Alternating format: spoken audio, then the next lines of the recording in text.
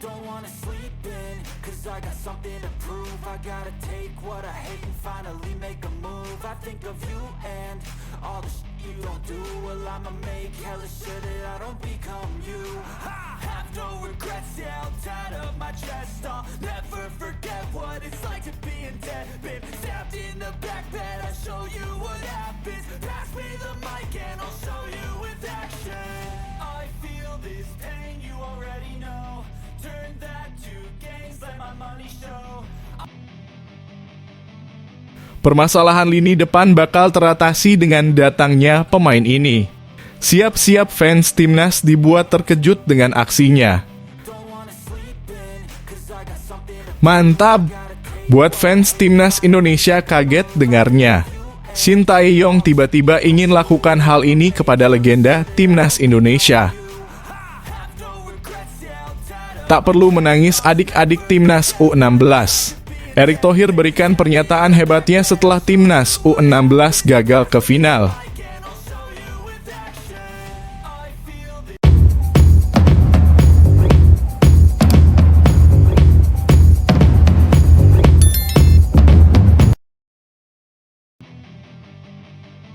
Temukan jawaban yang tepat. STY dibuat tenang jelang kualifikasi Piala Dunia 2026 ronde 3. Sosok striker berkelas akan didatangkan PSSI dari Eropa. Siapakah dia?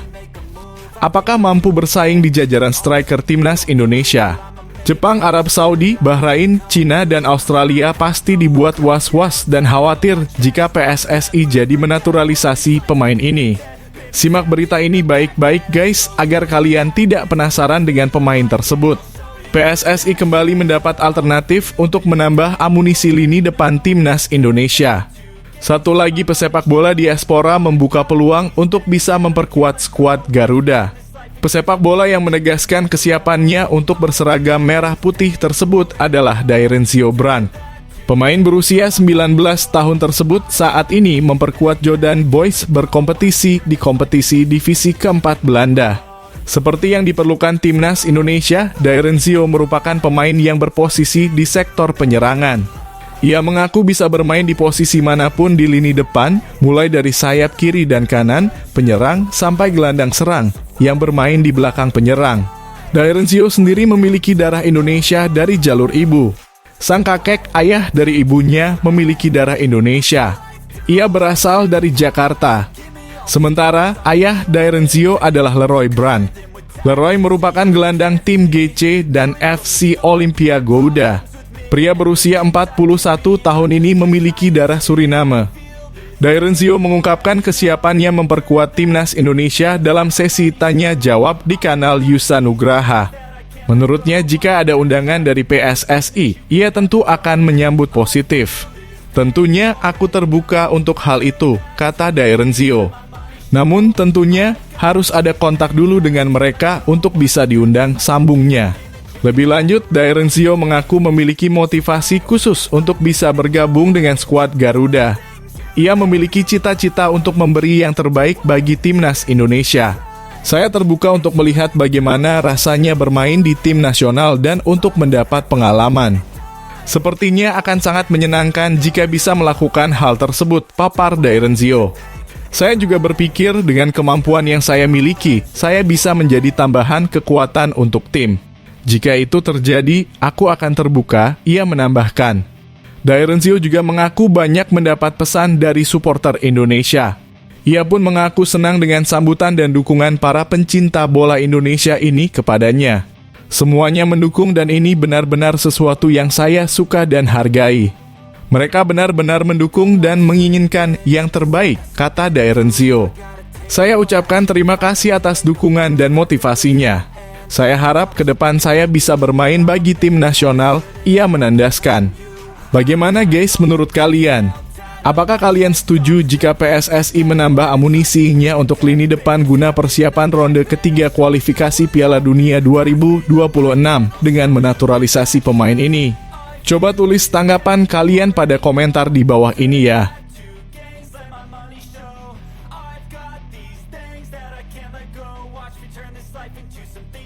Wow, mengerikan. Di luar dugaan dan prediksi seluruh pecinta timnas Indonesia, diam-diam STY akan memanggil legenda timnas Indonesia yang pernah membobol gawang dua negara besar ini. Siapakah dia? Simak baik-baik video ini ya guys agar kalian tidak salah paham. Shin Tae-yong berani memanggil Boaz Solosa, penyerang yang pernah membobol gawang Cina dan Arab Saudi. Timnas Indonesia akan mengarungi laga-laga grup C babak ketiga kualifikasi Piala Dunia 2026 zona Asia Dunia pada September 2024 hingga Juni 2025. Lawan-lawan berat menanti timnas Indonesia, yakni Jepang, Australia, Arab Saudi, Bahrain, dan Cina. Bahkan 3 negara yang disebut pertama merupakan langganan tampil di Piala Dunia. Demi memberi persaingan kepada lawan-lawan di atas, timnas Indonesia membutuhkan tenaga pemain tambahan. Ole Romani FC Utrecht dan Kevin Dix FC Copenhagen kabarnya terus dibujuk PSSI agar mau memperkuat skuad Garuda. Kehadiran kedua pemain di atas sangat dibutuhkan timnas Indonesia. Kevin Dix dijamin memperkuat lini pertahanan timnas Indonesia, khususnya di sektor sebelah kanan pertahanan. Sementara Ole Romani kehadirannya dibutuhkan untuk menambah daya dobrak skuad Garuda. Sekadar diketahui timnas Indonesia minim stok penyerang berkualitas saat ini. Ragnar Oratmangoen yang diharapkan menjadi sumber gol timnas Indonesia mandul dalam 3 laga terakhir. Begitu juga dengan Rafael Struijk yang belum kunjung membuka keran golnya bagi timnas Indonesia. Jika sampai September 2024 atau ketika babak ketiga kualifikasi Piala Dunia 2026 dimulai oleh Romani tak kunjung datang, apa rencana yang diambil Shin Tae-yong? Mengandalkan Jens Raven dapat dijadikan alternatif. Namun memanggil kembali Boaz Solosa ke timnas Indonesia tak ada salahnya bagi Shin Tae-yong. Bukan untuk dimainkan, melainkan untuk memberi motivasi atau melatih para personil skuad Garuda, khususnya pengisi lini depan. Di masa jayanya, Boaz Solosa merupakan salah satu penyerang terbaik di Asia Tenggara. Boaz Solosa pernah 3 kali menjadi top skor Liga Indonesia dan muncul sebagai bomber menakutkan di saat membela timnas Indonesia. Ketika memperkuat timnas Indonesia, sejumlah negara top Asia pernah dibobol Boaz Solosa.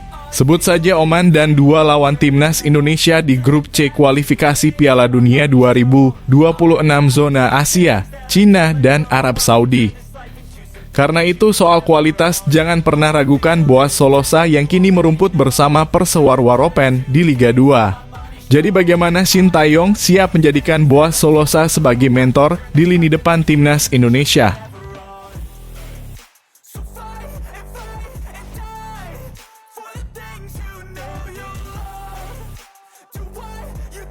Ketua Umum dalam kurung Ketum PSSI Erick Thohir menanggapi kekalahan timnas U-Strip 16 Indonesia pada laga semifinal ASEAN Cup U-Strip 16 2024.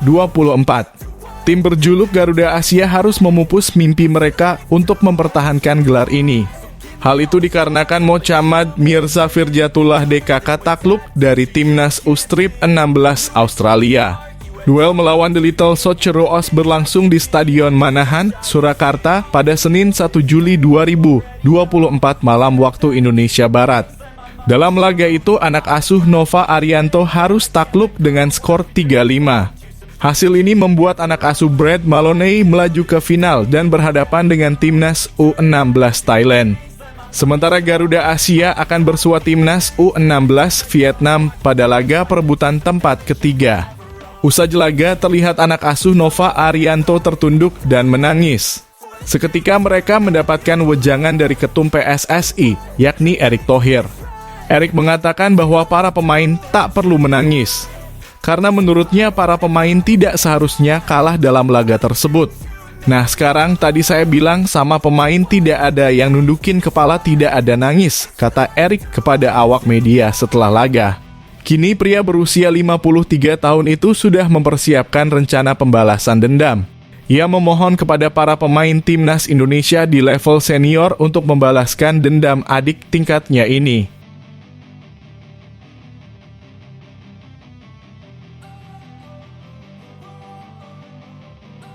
Bek Cerezo Osaka Justin Hubner menertawai komentar netizen yang menyebutnya belum matang untuk memperkuat lini pertahanan timnas Indonesia.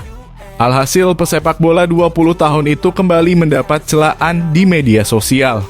Saat ini beredar kabar PSSI tengah mengupayakan mendekati sejumlah pemain diaspora tambahan. Hal itu untuk memperkuat timnas Indonesia sebelum babak ketiga kualifikasi Piala Dunia 2026 zona Asia yang dimulai September 2024. Dari sekian pemain yang didekati, salah satu nama yang mencuat adalah Kevin Dix (FC Copenhagen). Pemain yang satu ini memiliki level kematangan yang sangat tinggi. Baru-baru ini terpilih sebagai pemain terbaik sang klub FC Copenhagen untuk musim 2023 hingga 2024. Hal itu menunjukkan Kevin Dix yang membantu FC Copenhagen lolos ke 16 besar Liga Champions 2023 hingga 2024 bukanlah pemain biasa. Kehadiran pemain seperti Kevin Dix praktis sangat dinanti-nantikan pencinta sepak bola Indonesia. Terlebih masih ada celah di lini pertahanan timnas Indonesia, sekalipun sudah ada nama Jay Itzes di sana. Karena itu pencinta sepak bola tanah air mendorong PSSI mendatangkan pemain diaspora tambahan di sektor belakang. Salah satu yang menyuarakan adalah akun @rochmad88. CB back tengah tambah lagi. Jordi amat sering blunder, Justin Hubner belum terlalu matang, tulis akun @rochmad88.